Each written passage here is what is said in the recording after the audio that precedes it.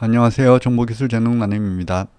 오늘은 인공지능 오디오 인식 기술 두 번째 시간으로 메타에서 2020년에 발표한 웨이브2백 2.0 프리트레이닝에 대해서 알아보겠습니다. 메타는 2019년에 첫 번째 웨이브2백 논문을 발표했었는데요. 비지도 학습으로 오디오 데이터를 사전 학습하여 벡터 값으로 변환하는 내용을 담고 있습니다. 웨이브2백 2.0의 가장 큰 변화는 트랜스포머를 포함하게 된 것입니다. 웨이브2백 1.0에서는 두 개의 원 디멘전 CNN 모델을 사용하였다면 웨이브2백 2.0에서는 한 개의 원 디멘전 CNN 모델과 트랜스포머를 사용하고 있습니다. 전체적인 구조를 보면 오디오 데이터는 CNN을 통해서 레이턴트 스피치 레프레젠테이션으로 변환됩니다. 다음으로 레이턴트 스피치 레프레젠테이션은 트랜스포머를 통해서 컨텍스트 레프레젠테이션으로 변환됩니다. 오디오 데이터를 최종적으로 문자나 단어로 변환하기 위한 기본 구조입니다. 그런데 이 모델에 포함된 많은 파라미터들을 학습을 시켜야 합니다. 이를 위해서 웨이브2백 1.0에서는 미래 예측값을 실제값과 비교하는 방식이었다면 2.0에서는 중간에 위치한 오디오 데이터의 컨텍스트 레프레젠테이션을 예측하는 방식을 취합니다. 이를 위해서 퀀타이즈드 레프레젠테이션을 사용합니다. 그림과 같이 레이턴트 스피치 레프레젠테이션은 양자화를 통해서 퀀타이즈드 레프레젠테이션으로 변환됩니다. Q로 표시되어 있는 항목들입니다. 이후 컨텍스트 레프레젠테이션과 퀀타이즈드 레프레젠테이션의 컨트러스티브 로스를 최소화하도록 학습을 진행합니다. 컨트러스티브 로스란 매칭되는 값의 유사도를 최대가 되도록 그 외 나머지는 모두 유사도가 최소가 되도록 하는 방식입니다.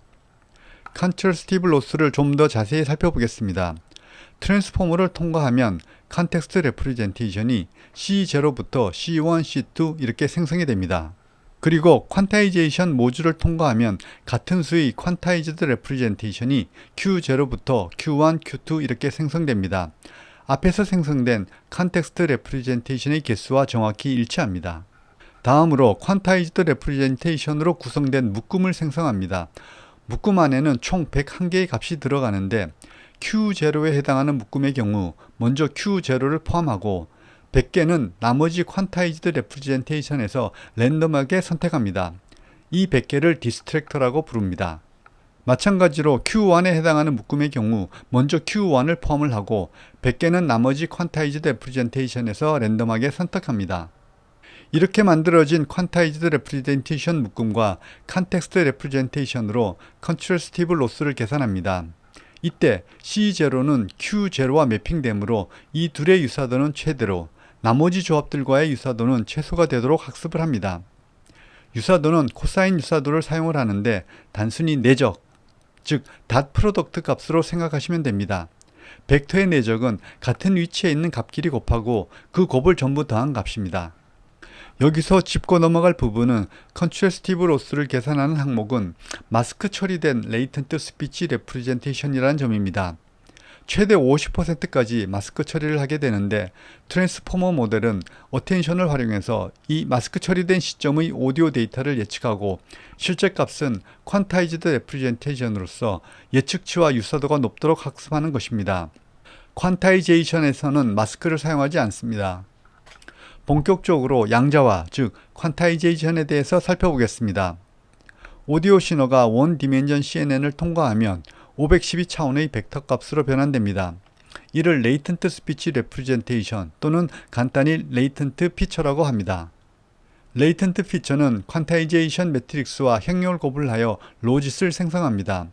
로짓은 인공신경망의 레이어를 통과한 값으로 정교화되지 않은 값이며 이거 시그모이드나 소프트맥스에 입력되는 값을 말합니다. 로짓 값은 건벨 소프트맥스를 통해 원핫 벡터 값으로 변환됩니다.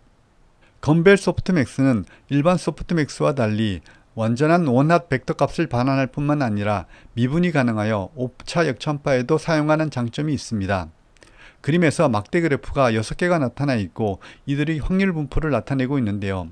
웨이브2백에 대입해보면 320개의 카테고리 확률 변수가 있을 때 이 중에 하나를 샘플링하는 경우라 보시면 됩니다. 좀 더 정확히 표현하자면 웨이브2백 2.0에는 320개의 카테고리 변수가 두 세트가 존재합니다. 원핫 벡터는 320개의 코드북 엔트리에 1대1로 매핑이 됩니다.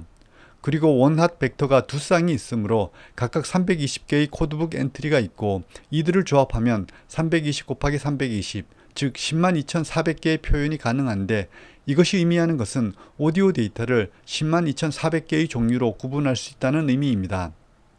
코드북에 포함된 320개의 엔트리를 코드워드라고 부릅니다. 각각의 코드워드는 512바이트 길이입니다. 두 개의 연결된 코드워드는 리니어 프로젝션을 통해서 최종 퀀타이제이션 레프리젠테이션 또는 퀀타이제이션 벡터로 변환됩니다. 손실 함수를 보기 전에 마지막으로 살펴볼 부분은 레이턴트 피처 인코더 구조입니다. 오디오 데이터가 입력되면 원 디멘전 CNN을 통과하게 되는데요. 총 7개의 CNN을 통과하게 되는데 커널의 크기는 최초 10개였다가 이후 3개로 줄어들고 마지막엔 2개가 됩니다. 그리고 커널이 움직이는 거리는 처음에 5개, 이후에 2칸씩 움직이게 됩니다. 그 다음으로 레이어 정교화를 거친 후 겔루, 즉 가우시안 에러 리니어 유닛 활성화 함수를 통과하게 됩니다.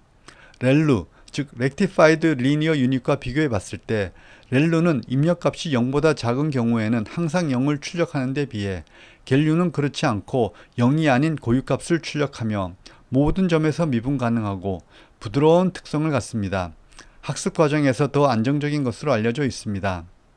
이렇게 1DCNN 레이어 정교와 겔루 활성화 함수는 하나의 블록을 구성하고 웨이브200에서는 7개의 블록이 연속해서 사용되고 있습니다.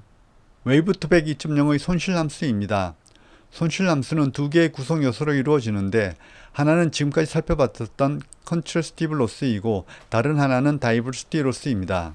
컨트래스티브 로스를 다시 한번 복습해 보면 퀀타이즈드 레프리젠테이션과 컨텍스트 레프리젠테이션의 유사도 계산으로 이루어집니다. 유사도는 코사인 유사도를 사용합니다. 매핑되는 쌍은 유사도가 높게, 그렇지 않은 쌍의 유사도는 낮아지도록 하는 것이 컨트래스티브 로스입니다.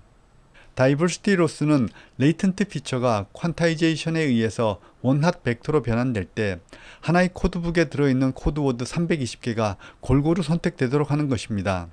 예를 들어 주사위를 던지는 경우를 생각해보면 각 면이 나올 확률이 모두 동일해지도록 하는 것입니다. 이는 엔트로피가 최대가 되는 것으로 표현할 수가 있습니다.